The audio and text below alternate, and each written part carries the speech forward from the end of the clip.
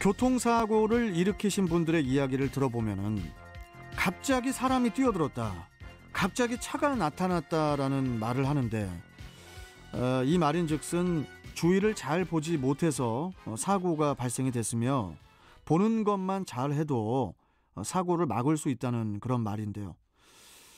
그래서 오늘은 그 자동차의 사각과 운전자의 그 시각 능력과 관련된 그 사고의 발생 원인과 예방 대책에 대해서 도로교통공단 인천지부 김태환 교수와 이야기 나눠보도록 하겠습니다.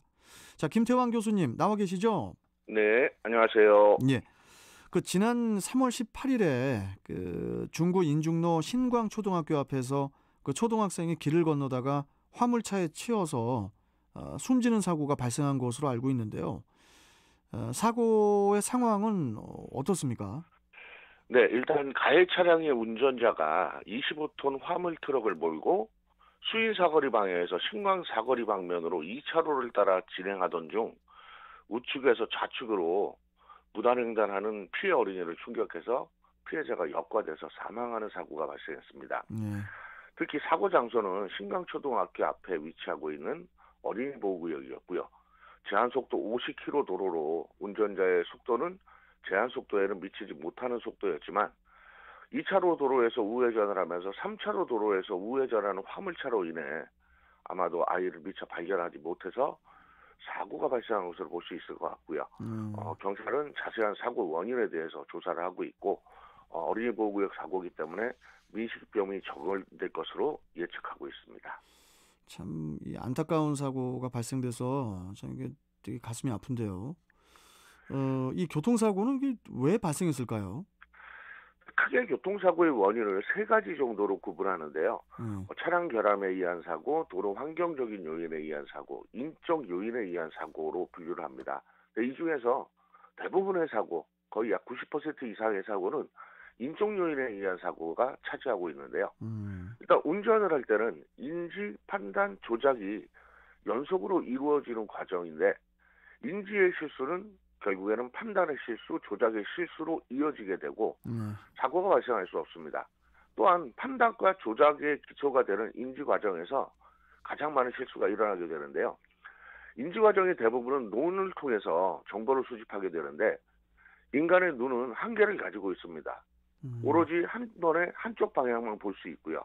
흔히 우리가 알고 있는 시력은 정지 시력인데 반해서 운전자가 운전을 하면서 보는 능력은 움직이면서 움직이는 물체를 바라보는 동체 시력이기 때문에 정지된 상태에서 비해서 시력이 떨어집니다. 그리고 속도가 빠를수록 시력이 감소하게 되고요. 야간이나 악초로 인한 빛의 감소, 시력은 급격하게 떨어지게 됩니다. 또 사고 발생 가능성이 높게 되는 것이고요. 이래서 맑은 날에 비해서 흐린 날, 특히 안개 낀 날 사고가 많이 발생하죠. 특히 차체가 큰 대형 화물차나 버스의 경우에는 사각지대조차도 훨씬 더 커지게 때문에 위험성은 가중될 수밖에 없습니다. 일반적인 승용차를 운전할 경우에도 사각지대는 존재하게 되기 때문에 운전자들이 더욱더 큰 주의가 필요할 것으로 보이고요. 보는 것만 잘해도 일단 대부분의 사고는 피할 수가 있다. 하지만 누구도 예측할 수 없는 돌발 상황에 대비해서 설마라는 이런 불감증보다는 혹시라도 나타날지 몰라의 위험 예측, 방어 운전이 무엇보다 중요하다고 할 수 있습니다. 네. 참 이 운전의 기초가 되는 보는 것이 정확하다면은 판단이나 조작의 실수를 그만큼 줄일 수 있다는 그런 말인데요. 어떤 것을 잘 봐야 될까요, 교수님? 예, 일단은 제일 중요한 거는 나 자신을 잘 봐야 되고요. 둘째는 다른 차량과 보행자, 그리고 셋째는 보이지 않는 차량과 보행자에 대해서 예측을 하셔야 되는 거죠. 먼저 나를 잘 보여야 한다라는 말씀을 드렸는데 일단 내가 먼저 객관적인 안전을 고려해서 운전을 해야 된다라는 얘기고요. 운전 중에 내가 법규를 준수를 해주는 것, 그리고 내가 몇 킬로로 달리고 있는지를 계기판을 통해서 확인하는 것입니다. 남에게 나를 얼마나 잘 보여주느냐, 이것이 결국은 안전운전의 기초라고 볼 수 있고요. 혹시라도 이제 운전하다가 기름이 떨어져서 고생을 하셨던 분, 또 차량이 엔진 과열 등으로 인해서 길가에서 멈춰 선 경우들, 이거는 결국엔 나의 운전 상태를 내가 잘 확인하지 못해서 일어나는 실수라고 볼 수 있고요. 특히 이제 고속도로를 운행하면서 자신의 속도를 느끼는 상태와 일반 국도를 같은 속도로 달린다라면 느낌으로는 국도가 훨씬 빠르게, 고속도로는 좀 느리게 느껴지실 겁니다. 그래서 내가 어느 정도의 속도를 달리고 있느냐의 판단은 느낌이나 감각이 아니라 계기판을 얼마나 자주 보고 객관적인 속도를 느끼시면서 주행을 하셔야 되는 거죠. 네. 그리고 이 교통 법규를 잘 지키는 것이 뭐 어떤 의미로 보면 이제 남에게 잘 보여주는 것에 속한다, 이런 얘기가 있던데요. 예, 모든 도로의 운전자들은 우리끼리 약속한 법규를 잘 지키는 것으로부터 안전운전이 시작이 됩니다. 예. 약속은 상호신뢰의 원칙으로 누구나가 다 지킬 것이라는 생각으로 운전을 하게 되는데, 만약에 다른 운전자가 나를 보더라도 내가 서줄 것이라고 판단을 하게 되는데, 내가 만약에 법규를 위반한다면 다른 운전자의 판단의 실수로 이어지기 때문에 법규 위반으로 인한 사고가 발생될 가능성은 높아지게 되는 것이죠. 그러면은 나를 남에게 잘 보여준다, 이거는 뭐 어떤 의미인가요? 만약에 야간에 운전을 하면서 요즘에 전조등을 켜지 않고 운전하는 스텔스족이라고 있다고 합니다.